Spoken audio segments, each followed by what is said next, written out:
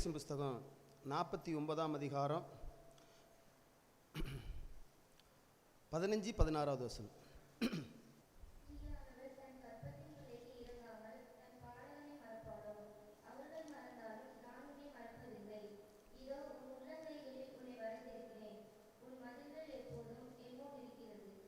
ஆமென். எல்லாரும் அப்படியே கண்களை மூடி, ஆண்டவரே நீங்களோடு பேசுமப்பா, மனுஷனுடைய சத்தத்தை நாங்கள் கேட்கறல ஆண்டவரே, மனுஷனை மறைத்து நீங்கள் பேசுங்க. எல்லாரும் அப்படி கண்களை மூடி ஆண்டவர் நோக்கி நாம் ஜெபிக்கலாமா? நீங்கள் தான் பேசணும் ஆண்டவரே. உங்களுடைய வார்த்தையில் ஜீவன் உண்டு, உங்களுடைய வார்த்தையில் வெள்ளம் உண்டு ஆண்டவரே. உங்களுடைய மெல்லிய சத்தத்தை நாங்கள் கேட்கணும்ப்பா. நம்ம பைபிளில் பார்க்குறோம், ஆண்டவருடைய சத்தம் அது பெண்மான ஈனச்சீமா, கேதுரு மரங்களை முறிக்கும். ஆமென். கண்பானவர்களே, அது மாத்திரமல்ல, கல்லான இருதயத்தை அது உடைக்கும். இதை யாரெல்லாம் விசுவாசிக்கிறீங்க? கல்லான இருதயத்தை ஆண்டோடைய சத்தம் அது அப்படியே உடைச்சு.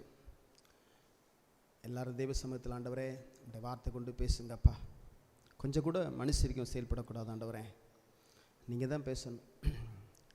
அவர் வார்த்தையை அனுப்பி அவர் நமக்கு அற்புதங்களை செய்வார். எல்லாரும் அப்படியே ஜெபிக்கலாமா தெய்வ சமூகத்தில்?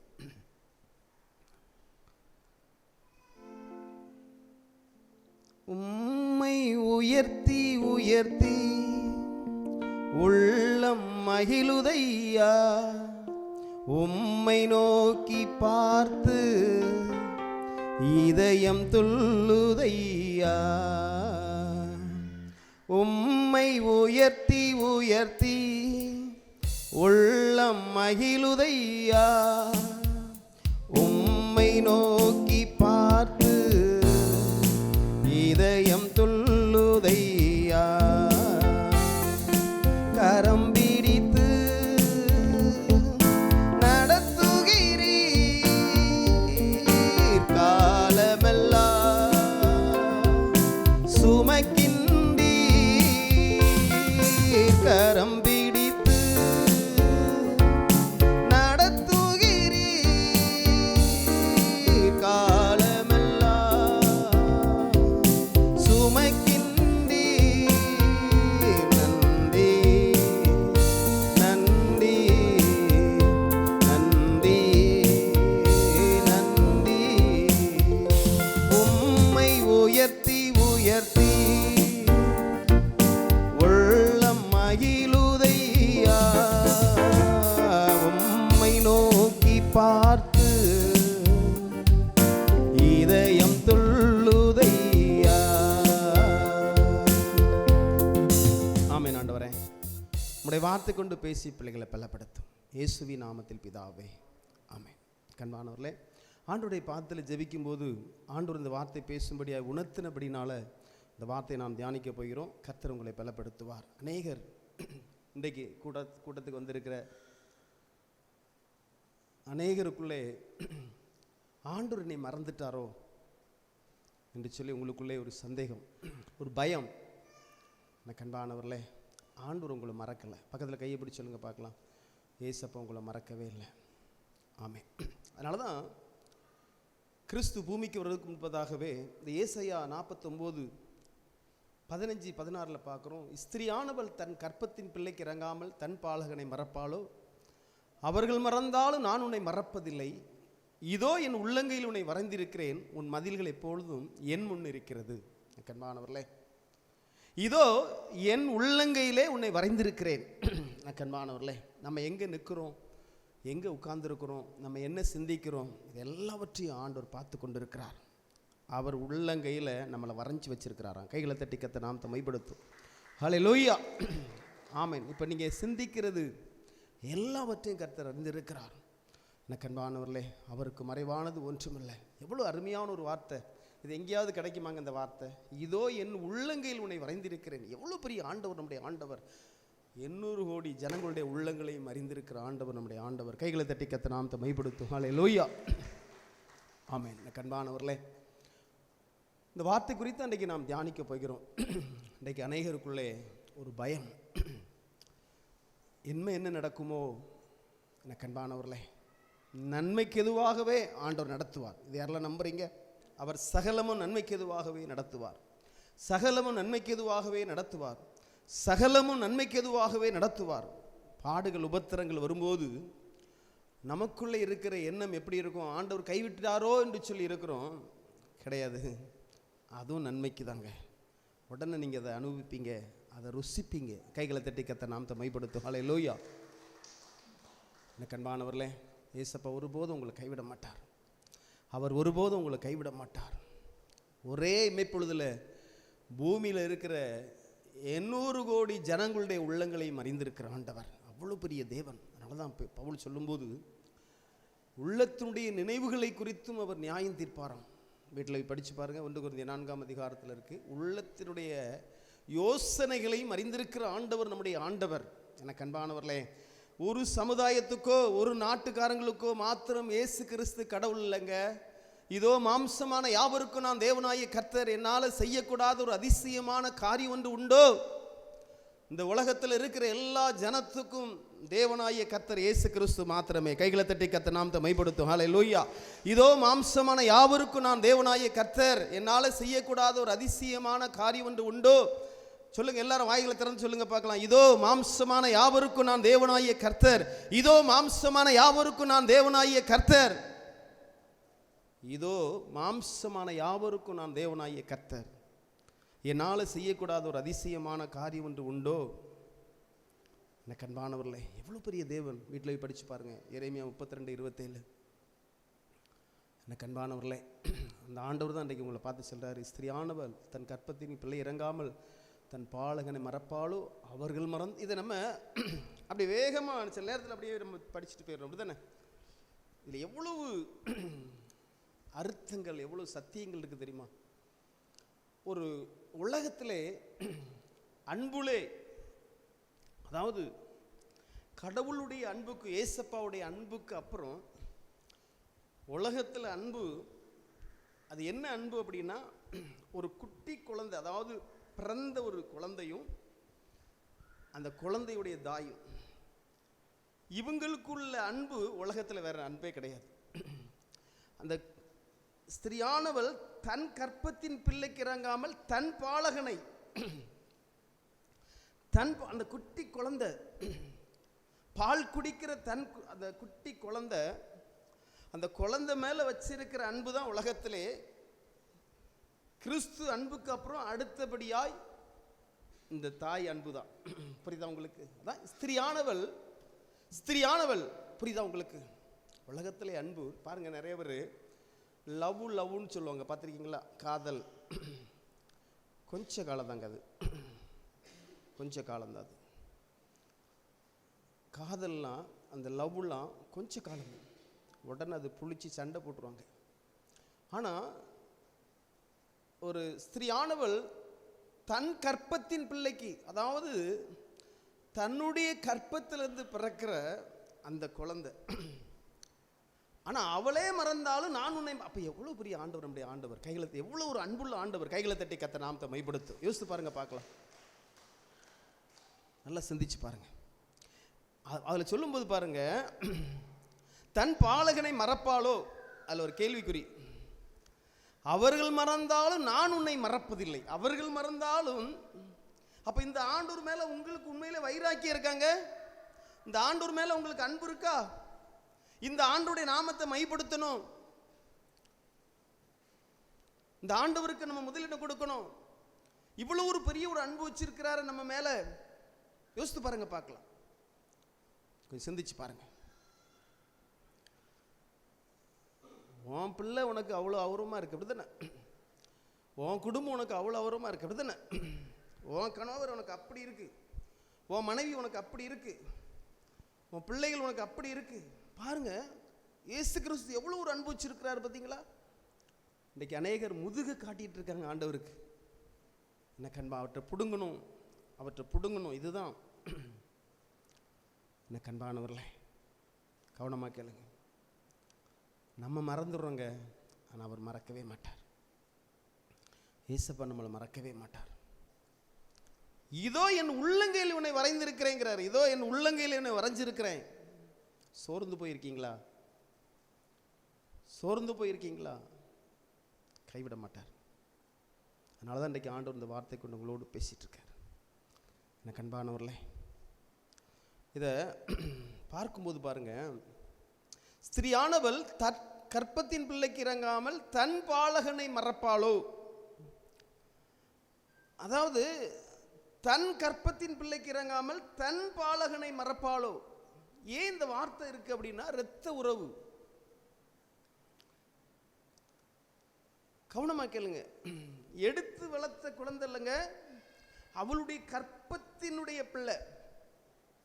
இப்போ நல்ல நம்ம இந்த வேதத்தை நல்லா அறியும் போது ஒரு சிலர் இதை குழப்பி கொண்டிருப்பாங்க.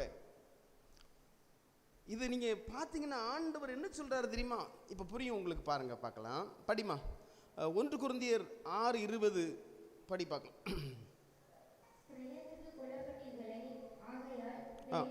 போதும், கிரையத்து கொள்ளப்பட்டீர்கள். இனி அப்படியே 7:23 படி, அதுலேயும் போட்டுரும், கிரையத்து கொள்ளப்பட்டீர்களேன்னு போட்டுரும். 7:23 படி.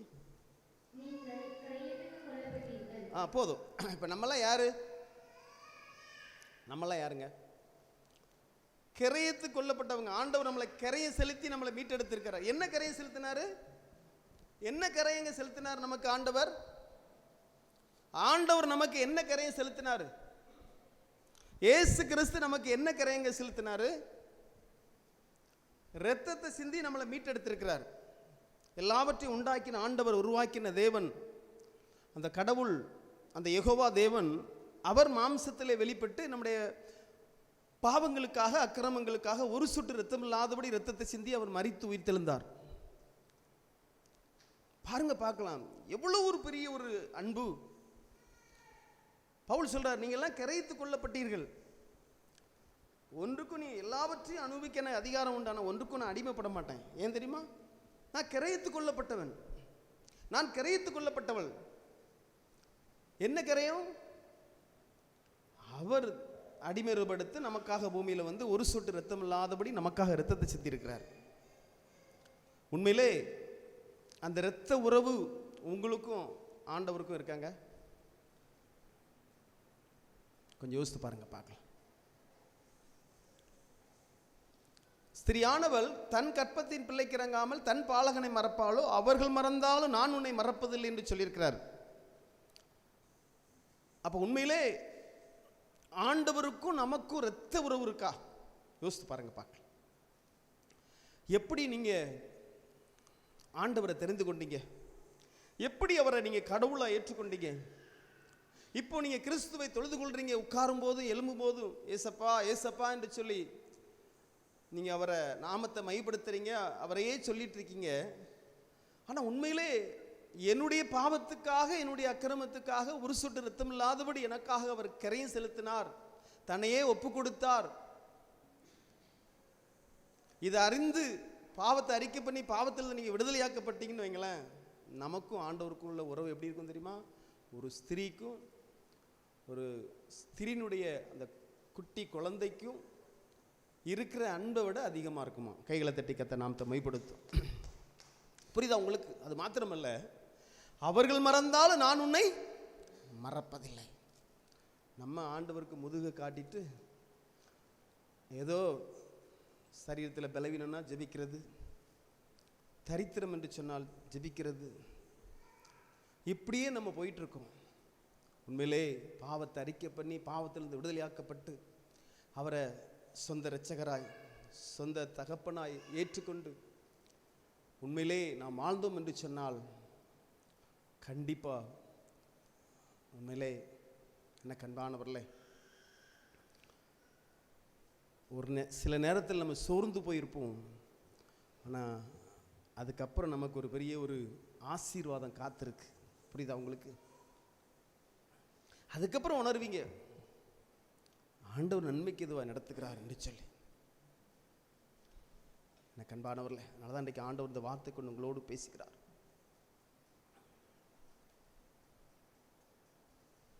கொஞ்சம் அப்படியே சிந்திச்சு பாருங்க. இன்றைக்கு எத்தனையோ பேர் கடவுள் யாருன்னு தெரியாதபடி தாம் போன போக்கில் வாழ்ந்து கொண்டிருக்கிறாங்க. யோசித்து பாருங்க, நம்மளாம் எவ்வளோ பெரிய பாக்கியம். உண்மையான கடவுளை நாம் கண்டு கொண்டோம், ஜீவனுள்ள தேவனை நாம் அறிந்து கொண்டோம். எத்தனையோ கடவுள் என்று சொல்லி எத்தனையோ கடவுளை சொல்லுவாங்க. ஒரே தேவன், அந்த ஒரே தேவனை நம்ம கண்டு கொண்டோம். கைகளை தட்டி கத்த நாமத்தை மைப்படுத்து. என்ன வசனம் இருக்கான்னு சொல்லி கேட்கீங்களா? தேவனை ஒருபோதும் ஒரு காலம் ஒருவனும் கண்டதில்லை, பிதாவின் மடியில் இருக்கிற ஒரே பேரான குமாரனை அவரை வெளிப்படுத்தினார். என கண்பானவர்களே, தேவனை ஒருபோதும் ஒரு காலம் ஒருவனும் கண்டதில்லை. நல்ல கவனமா கேளுங்க. ஆனா நம்ம கண்டு கொண்டோம், கிறிஸ்துவை கண்டு கொண்டோம். கண்பானவர்களே, அதனாலதான் வேதத்தில் பார்க்கிறோம், ரோமர் 9:5 கிறிஸ்துவை என்னென்றைக்கும் சோஸ்தரிக்கப்பட்ட சர்வத்துக்கும் மேலான தேவன். தீத்து 2:13 பார்க்கிறோம், அவர் மகாதேவன் என்று சொல்லி. 1 யோவான் 5:20 பார்க்கிறோம், இயேசு கிறிஸ்துவே மெய்யான தேவன் என்று சொல்லி பார்க்கிறோம். வெளிப்படுத்தல் 17 பார்க்கிறோம், ஆட்டுக்குட்டியானவர் அவர் ராஜாதி ராஜா, அவர் கர்த்தாதி கர்த்தார் என்று சொல்லி பார்க்கிறோம். எனக்கு அன்பானவர்களே, யோவான் 1 பார்க்கிறோம், ஆதியிலே வார்த்தை இருந்தது, அந்த வார்த்தை தேவனிடத்தில் இருந்தது, அந்த வார்த்தை தேவனாயிருந்தது, அந்த வார்த்தை தேவனாயிருந்தது. எனக்கு அன்பானவர்களே, உண்மையிலே அதை அறிந்து கொண்டு பாவத்திலிருந்து விடுதலையாக்கப்பட்டு உண்மையிலே நாம் வாழ்ந்தோம் என்று சொன்னால் கண்டிப்பா ஒவ்வொரு இமைப்பொழுதும் அவர் நம்மளை நடத்தி கொண்டிருக்கிறார். அவர் சொல்றாரு, இதோ என் உள்ளங்கையில் உன்னை வரைந்திருக்கிறேன், உன் மதில்கள் எப்போதும் என் முன் இருக்கிறது. எனக்கு அன்பானவர்களே, இப்படி அவருடைய இரத்தத்தால் கழுவப்பட்டு அவருடைய இரத்தத்தை அறிக்கை பண்ணி, ஆண்டவரே என்னுடைய பாவத்துக்காக, என்னுடைய அக்கிரமத்துக்காக ஒரு சொட்டு இரத்தம் இல்லாதபடி இரத்தத்தை சிந்தினீங்கப்பா, இனி நான் பாவம் செய்ய மாட்டேன் ஆண்டவரே என்று சொல்லி நாம் அறிக்கை பண்ணி அந்த பாவத்திலிருந்து நாம் விடுதலை பெற்றோம் என்று சொன்னால் 14 படிமா, 49:14 படிமா. சீயோனோ கர்த்தர் என்னை கைவிட்டார், ஆண்டவர் என்னை மறந்தார் என்று சொல்கிறார். ஆண்டவர் என்னை மறந்தார் என்று சொல்லுகிறாள். எனக்கு அன்பானவர்களே, நல்ல கவனமா கேளுங்க. ஆண்டவர் நம்மை மறந்தது போல நம்முடைய வாழ்க்கையில சில நேரம் பிரச்சனைகள் வரும், பாடுகள் வரும். அதுக்கு முன்னாடி உள்ள வசனத்தை படிக்கிறேன் பாருங்க. வானங்களே கெம்பீரித்து பாடுங்கள், பூமியே கலிகூறு, பர்வதங்களே கெம்பீரமாய் முழங்குகள். கர்த்தர் தம்முடைய ஜனத்துக்கு ஆறுதல் செய்தார், சிறுமைப்பட்டிருக்கிற தம்முடையவர்கள் மேல் இரக்கமாயிருப்பார். எனக்கு அன்பானவர்களே, சிறுமைப்பட்டிருக்கிற தம்முடையவர்கள் மேல். நம்மெல்லாம் ஆட்டுக்குட்டியானவருடைய இரத்தத்தால கழுவப்பட்டவங்க. பாடுகள் உண்டு, உபத்திரங்கள் உண்டு, ஆனா அவர் கைவிடவே மாட்டார், அவர் மறக்கவே மாட்டார். கைகளை தட்டி கத்த நாம் மைப்படுத்து. ஒருபோதும் அவர் நம்மளை மறக்கவே மாட்டார். என்ன கண்பாளன், அடுத்த வசனத்தில் சொல்றாரு, சீயோனோ கர்த்தர் என்னை கைவிட்டார், ஆண்டவர் என்னை மறந்தார் என்று சொல்கிறாள். நல்ல கவனமா கேளுங்க. உங்களுடைய வாழ்க்கையில இனி வரும் பிரச்சனைக்கும் ஆண்டவர் உங்களுக்கு அற்புதம் செய்வார், ஆண்டவர் உங்களை விடுவிப்பார் என்பதற்காக இன்றைக்கு ஆண்டவர் இந்த வார்த்தை கொண்டு உங்களோடு பேசுகிறார். நல்ல கவனமா கேளுங்க. அவர் ஒருபோதும் உங்களை கைவிட மாட்டார், அவர் ஒருபோதும் உங்களை மறக்கவே மாட்டார். இதை சரியாக நீங்க அறிந்து கொள்ளுங்க. உங்களை பார்த்துக்கிட்டே இருக்கிறார், உங்களை பார்த்துக்கிட்டே இருக்கிறார். எனக்கு அன்பானவர்களே, அதனால தான் இன்றைக்கு ஆண்டவர் இந்த வார்த்தை கொண்டு உங்களோடு பேசுகிறார். அவர் ஒருபோதும் உங்களை கைவிட மாட்டார். அப்படியே நீங்க 1 பேதுருக்கு வரும்போது 1 பேதுரு 2:10 நான் படிக்கிறேன், கவனமா கேளுங்க. 1 பேதுரு 2:10 முன்னே நீங்கள் தேவனுடைய ஜனங்களாய் இருக்கவில்லை, இப்பொழுதோ அவருடைய ஜனங்களாய் இருக்கிறீர்கள். முன்னே நீங்கள் இரக்கம் பெறாதவர்களாய் இருந்தீர்கள், இப்பொழுதோ இரக்கம் பெற்றவர்களாய் இருக்கிறீர்கள்.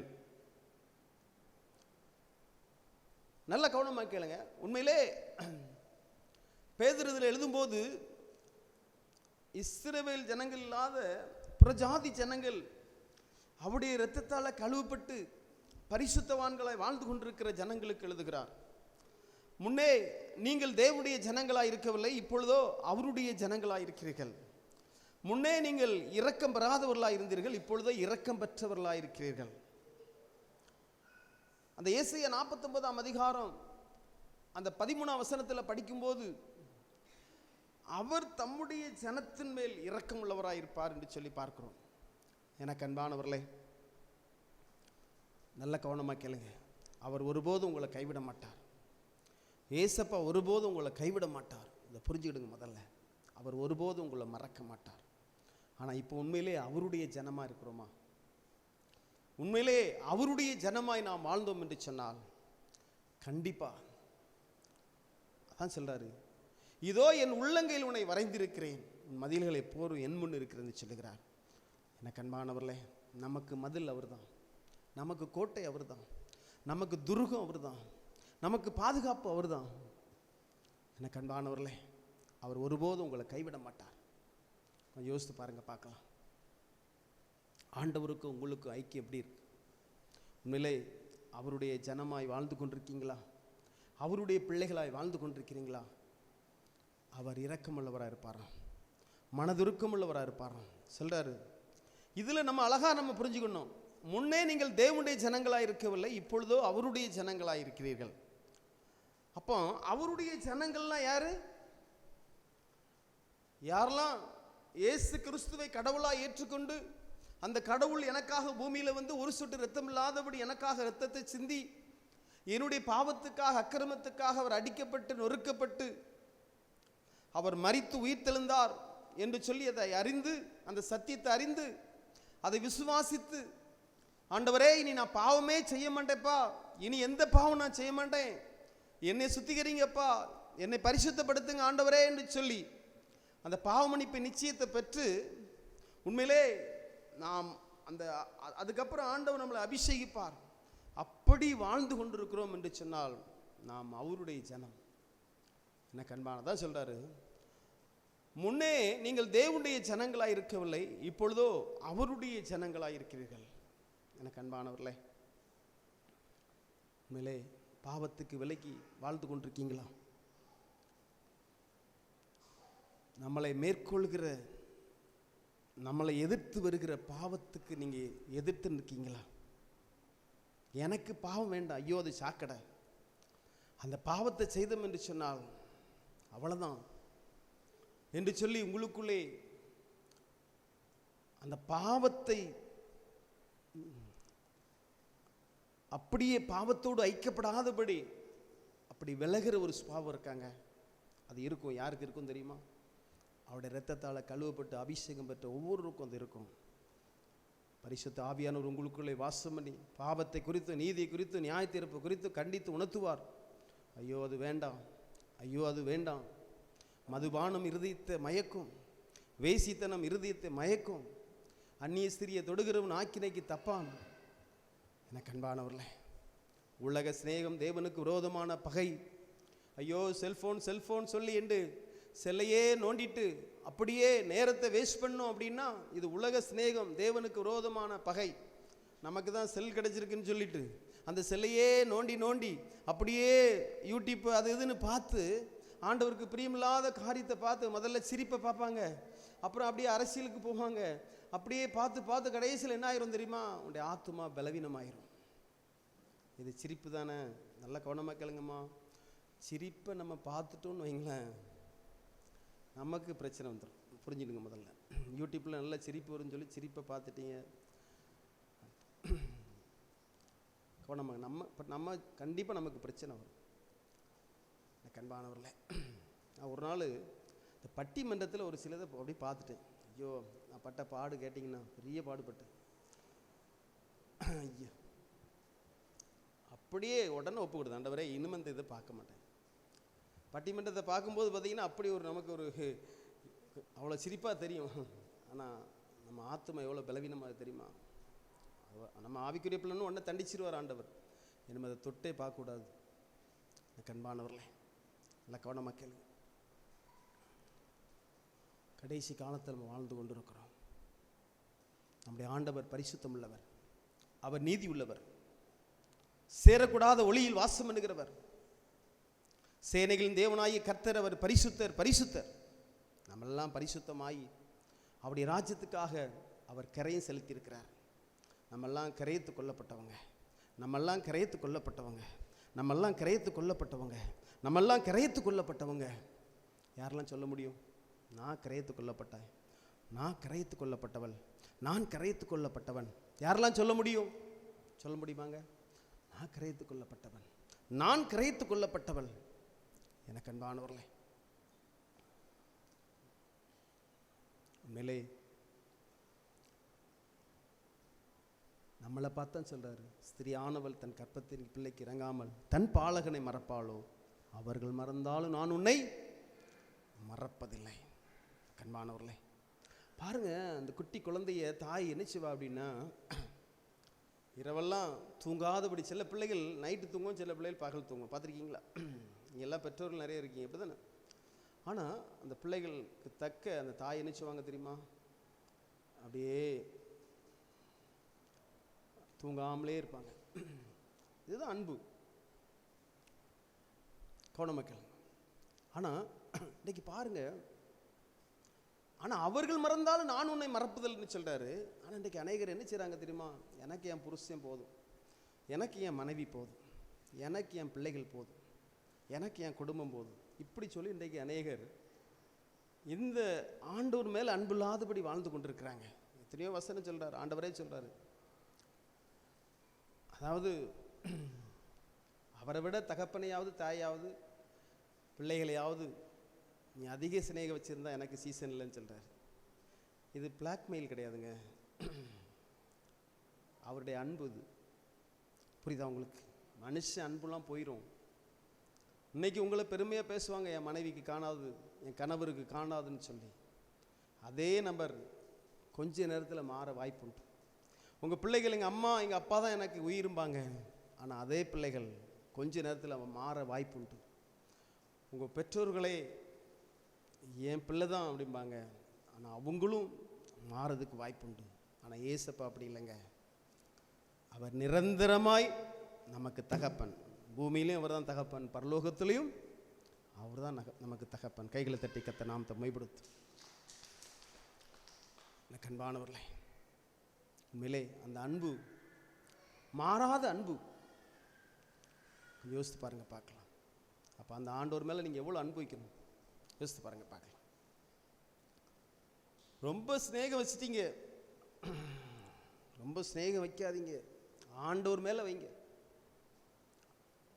ஆண்டவர் மேலே வைங்க. எனக்கு ஆண்டவர் தான் முக்கியம் சொல்லி.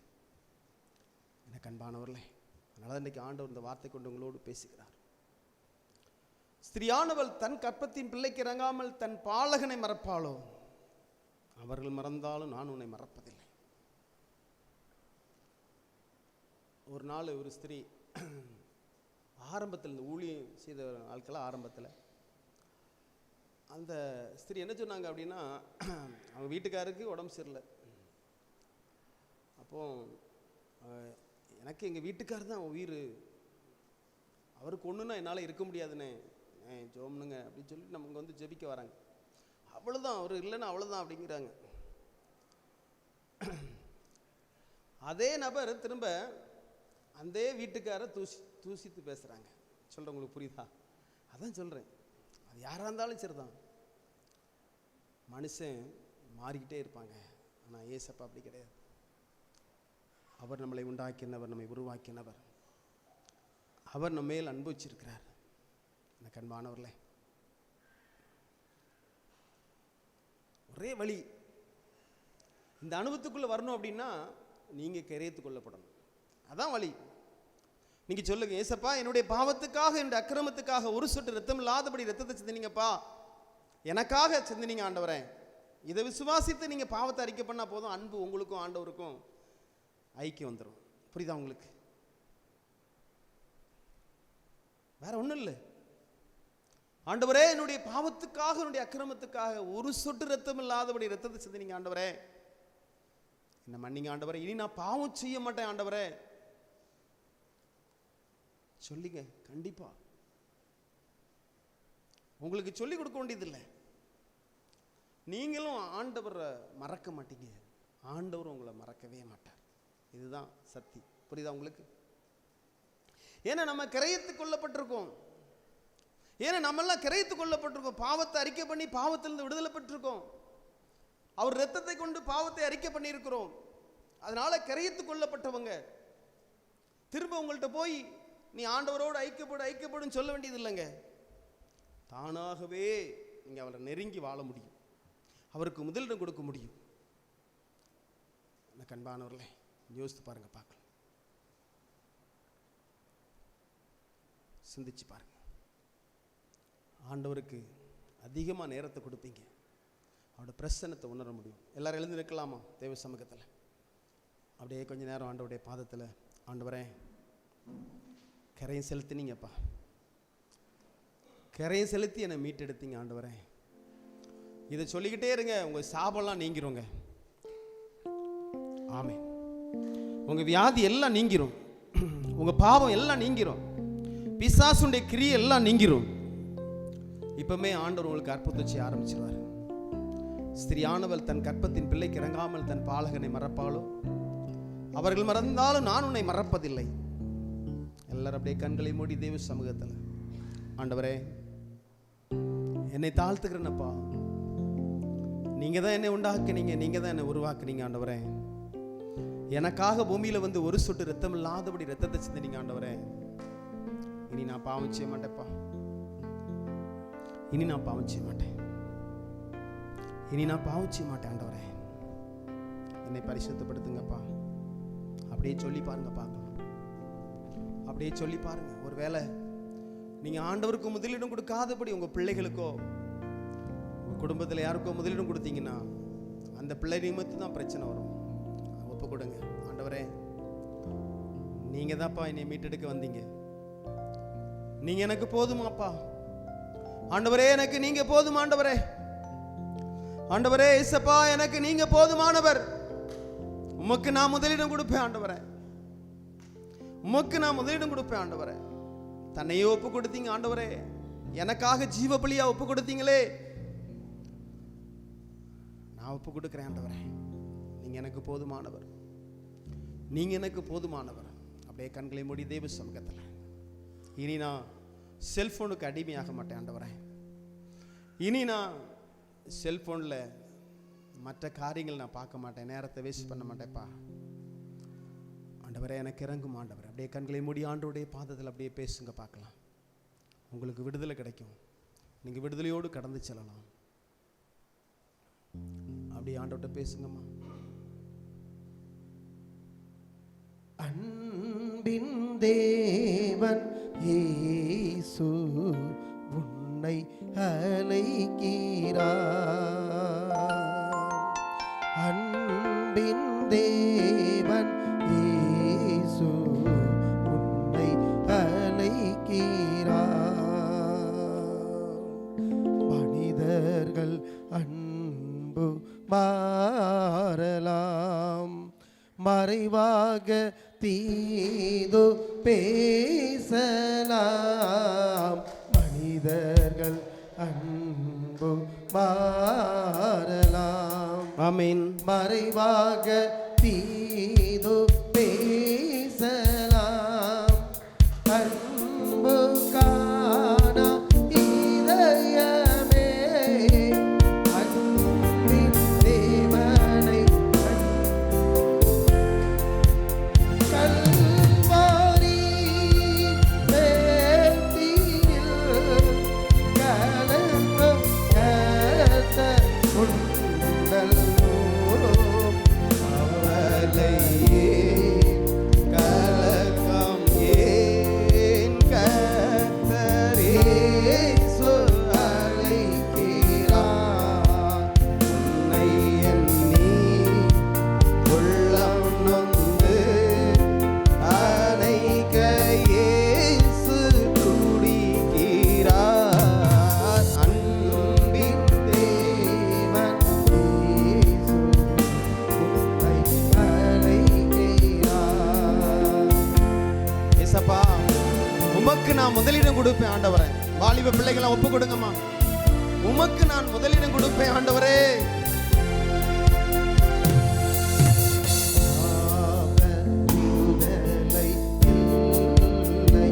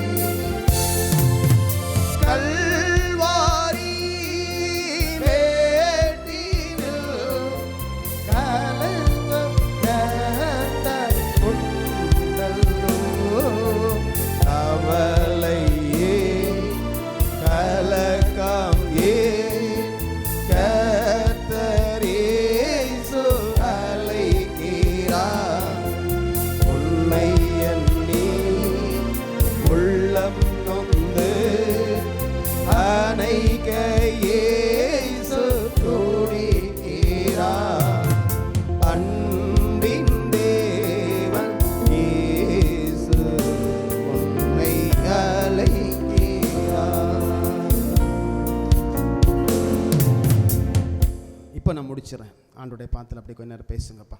ஆண்டவரே, நான் வெறுமையை போகக்கூடாதப்பா. நீங்கள் பேசுனீங்க, ஸ்திரியானவள் தன் கற்பத்தின் பிள்ளைக்கு இறங்காமல் தன் பாலங்களை மறப்பாளோ, அவர்கள் மறந்தாலும் நான் உன்னை மறப்பதில்லை என்று சொன்னீங்க. ஆண்டவரே அப்பா,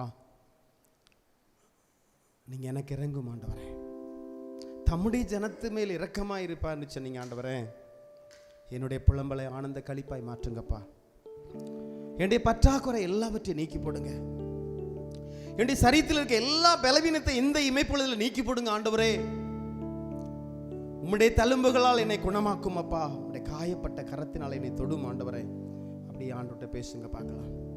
இப்பவுமே ஆண்டவர் உங்களுக்கு விடுதலை கொடுக்க போறார். அப்படியே பேசிட்டுங்க பார்க்கலாம். ஆமென் ஆண்டவரே. பிள்ளைகள் உம்மை நம்பி வந்திருக்கிறாங்கப்பா, உம்மை நம்பி வந்திருக்கிறாங்க தகப்பனே. வானம் திறந்திருக்கிறபடியால் உமக்கு நன்றி அப்பா.